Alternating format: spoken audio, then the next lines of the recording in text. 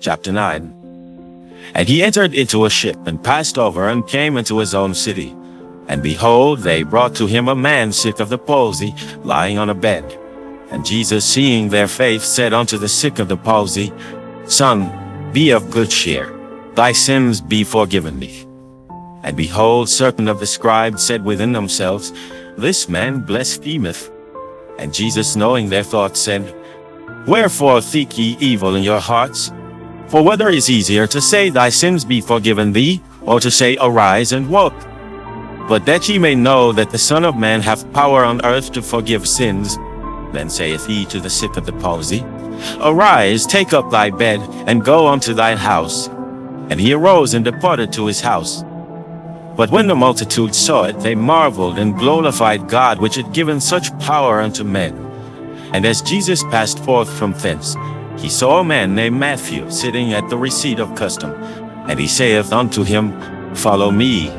And he arose and followed him. And it came to pass, as Jesus sat at meat in the house, behold, many publicans and sinners came, and sat down with him and his disciples. And when the Pharisees saw it, they said unto his disciples, Why eateth your master with publicans and sinners? But when Jesus heard that, he said unto them, They that be whole need not a physician, but they that are sick. But go ye and learn what that meaneth, I will have mercy and not sacrifice, for I am not come to call the righteous, but sinners to repentance.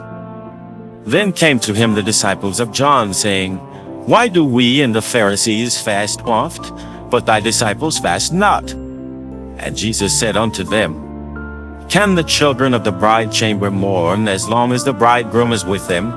But the days will come when the bridegroom shall be taken from them, and then shall they fast. No man putteth a piece of new cloth unto an old garment, for that which is put in to fill it up taketh from the garment, and the rent is made worse. Neither do men put new wine into old bottles, else the bottles break, and the wine runneth out, and the bottles perish.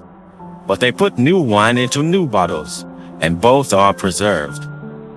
While he spake these things unto them, behold, there came a certain ruler, and worshipped him, saying, My daughter is even now dead, but come and lay thy hand upon her, and she shall live.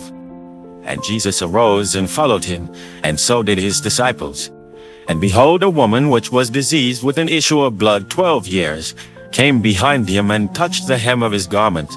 For she said within herself, If I may but touch his garment, I shall be whole. But Jesus turned him about, and when he saw her, he said, Daughter, be of good comfort. Thy faith hath made thee whole. And the woman was made whole from that hour. And when Jesus came into the ruler's house, and saw the minstrels and the people making a noise, he said unto them, Give place, for the maid is not dead, but sleepeth. And they laughed him to scorn.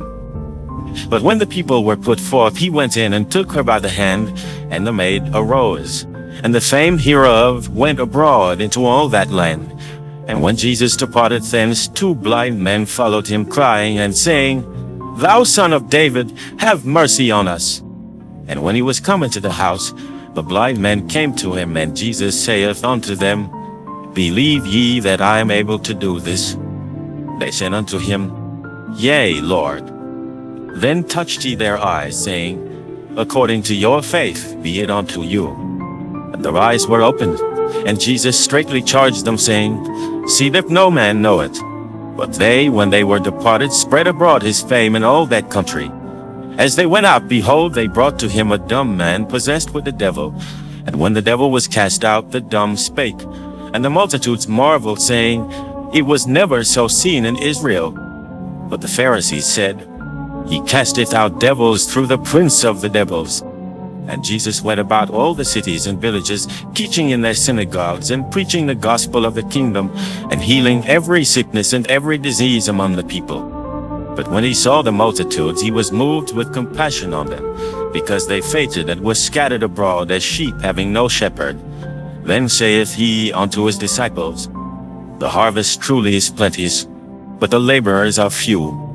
Pray ye therefore the Lord of the harvest, that he will send forth laborers into his harvest.